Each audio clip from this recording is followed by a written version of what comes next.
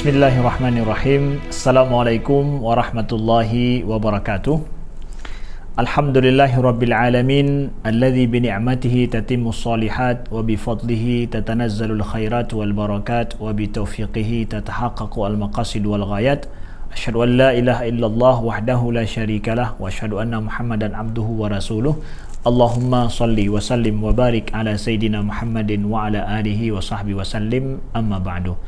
Subhanaka la ilma lana illa ma 'allamtana innaka antal alimul hakim. Allahumma 'allimna ma yanfa'una wanfa'na bima 'allamtana wa zidna ilma.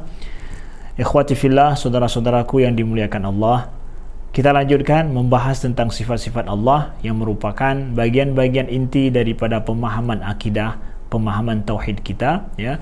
Belajar akidah Islam secara simple, cepat dan juga secara lugas. Kita bicara selanjutnya adalah tentang dua sifat Allah yang merupakan sifat wajib pada zat Allah sebagaimana disebutkan oleh para ulama dalam masalah akidah dan masalah tauhid. Kita ingin belajar secara simple apa yang mesti diyakini oleh seorang muslim pada sifat-sifat Allah. Kita lihat selanjutnya adalah sifat, setelah kita bicara masalah wujud Allah, kemudian sifat wahdaniyatullah, selanjutnya kita bicara pada dua sifat, yaitu sifat qidam dan juga sifat baqa Allah. Kita seorang muslim percaya bahawa Allah Subhanahu wa taala itu adalah mempunyai sifat qidam. Apa arti sifat qidam di sini? Sifat qidam artinya adalah Allah Subhanahu wa taala tidak ada permulaan bagi wujudnya Allah. Keberadaan Allah, eksistensi Allah, wujud Allah, keberadaan Allah itu tidak ada awal mulanya. Kalau seandainya makhluk itu ada awal mula bagi keberadaannya, sedangkan manusia tidak ada awal mula, sedangkan Allah Subhanahu wa taala tidak ada permulaan bagi adanya Allah. La awwaliyata lahu liwujudih. Tidak ada permulaan bagi wujud Allah Subhanahu wa taala.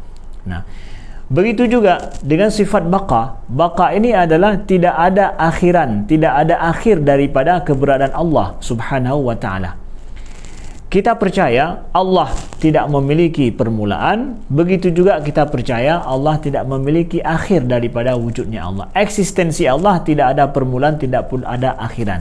Karena awal dan akhir itu hanya berlaku pada sesuatu yang punya batasan. Ada limitnya. Sedangkan eksistensi Allah, keberadaan Allah itu tidak ada yang membatasinya. Maka Allah mestilah, ya, memiliki sifat qidam, wa huwa qadim. Allah itu maha qadim, ya, yang memiliki sifat qidam, yang tidak ada permulaan bagi wujud Allah, dan juga Allah itu adalah baqa, ya, yang kekal adanya dan tidak ada akhir daripada wujud Allah. Itu wajib dipercayai oleh seorang muslim, bagi orang yang mentauhidkan Allah, bagi orang yang meyakini Allah Subhanahu wa taala sebagai Tuhan pencipta yang maha sempurna. Dua sifat ini mesti diyakini seyakin-yakinnya tanpa ragu. Dalilnya daripada Al-Quran kita lihat bagaimana Allah berfirman dalam surat Al-Hadid ayat ke-3. Allah berfirman, Huwal awwal wal akhiru wal zahiru wal batinu wa huwa bikulli syai'in alim. Dialah Allah yang awal dan yang akhir, yang zahir dan yang batin, dan Dia maha mengetahui segala sesuatu. Al-Hadid ayat ke-3. Allah sebutkan huwal awal, dialah yang awal, dialah yang akhir. Muncul pertanyaan, tapi itu kan ayat itu menyatakan Allah itu awal, Allah itu akhir. Jadi Allah ada awal, ada akhir. Bukan demikian. Para ulama tafsir menyebutkan bahawa huwal awal wal akhir menunjukkan bahawa sebelum segala sesuatu itu ada, Allah itu ada. Itu makna awal di sini.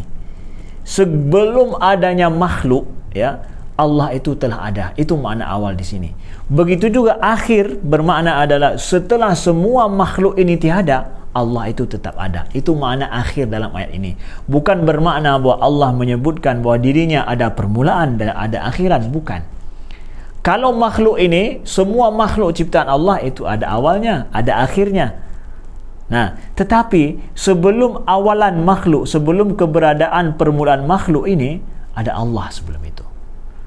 Setelah makhluk ini akan sirna, akan fana misalkan, maka setelah itu akan ada Allah tetap ada. Itu maknanya awalan dan akhiran. Wal awalu wal akhir. Ayat ini menyebutkan ada dua sifat Allah itulah, sifat qadim dan juga sifat baqa. Ya, sifat qidam ini tidak ada permulaan bagi Allah. Jadi Allah lah awal mula daripada segala sesuatu, dan setelah segala sesuatu tiada, Allah juga kekal adanya. Buktinya secara logika apa? Kalau seandainya Allah itu tidak bersifat qidam, berarti Allah sama dengan sifatnya baharu. Baharu itu adalah sesuatu yang ada kemudian, yang punya permulaan. Yang dikatakan baharu oleh para ulama tauhid, ya, bahwa dikatakan baharu ini adalah sifat semua makhluk itu baharu. Baharu artinya apa? Baharu itu adalah lawan daripada qidam tersebut, atau bahasa Arabnya disebut dengan hadis. Adalah sesuatu yang ada permulaan, yang dulunya tiada kemudian ada. Qadim, ya, lawannya adalah hadis. Hadis artinya apa? Memiliki permulaan, sebelumnya tiada. Allah qadim, tidak ada ketiadaan sebelum ada, tidak ada sebelum dan tidak ada ketiadaan bagi adanya Allah. Nah, jadi dengan demikian, kalau kita katakan Allah itu bukan qadim, berarti hadis dong. Kalau hadis berarti dia sama seperti makhluk. Na'udzubillah min dzalik. Begitu juga buktinya bahwa Allah itu kalau enggak bersifat baqa, kekal, maka Allah itu juga akan fana nanti, sirna. Mustahil Allah itu sirna, mustahil Allah itu fana. Maka mestilah Allah juga bersifat baqa, kekal adanya. Saudaraku yang dimuliakan Allah, jangan pernah membayangkan permulaan dan akhiran pada Allah. Permulaan dan akhiran itu hanya berlaku pada makhluk. Sifat kedua sifat ini untuk menyatakan kesempurnaan Allah subhanahu wa ta'ala dari sisi eksistensi Allah, wujud Allah subhanahu wa ta'ala. Nah, mana hadisnya? Kalau ada yang menyatakan bahwa Ustaz, itu kan tidak ada hadisnya, Allah menyatakan dirinya adalah qadim atau punya sifat qidam, boleh enggak kita katakan Allah itu bersifat qadim atau qidam, sedangkan tidak ada ayat atau hadis yang menyatakan bahwa Allah bersifat dengan sifat yang demikian? Nah, hadis Nabi SAW riwayat daripada Abu Daud, ya, yang Nabi menyatakan, ya, A'udzubillahil azim wa biwajhil karim wa sultanihil qadim minasyaitonir rajim. Itu doa Nabi SAW. A'udzubillahil azim, aku berlindung dengan Allah yang maha agung. Wa biwajhil karim, dengan wajahnya yang mulia. Wa sultanihil qadim, dan dengan sultannya yang qadim. Minasyaitonir rajim, daripada syaitan yang terkutuk. Isti'adzah Nabi SAW. Nabi menyatakan sultanihil qadim. Sultanihil qadim ini adalah, ya, sifat qadim di sini dalam hadis ini adalah sifat daripada sifat Allah. Ya, sultan, ya, kudrah Allah, kekuasaan Allah, kekuatan Allah, ya. Qadim yang sifatnya qadim.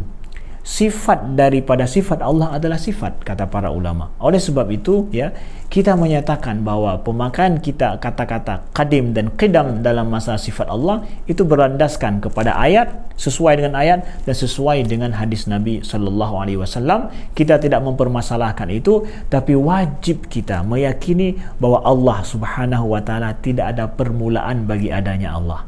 Nah, itu qidam mudah. Itu makna daripada qidam. Terserah kita pakai kata ini, nama ini atau tidak, tapi akuilah bahwa Subhanahu wa ta'ala tidak memiliki permulaan, tidak ada ketiadaan bagi adanya Allah.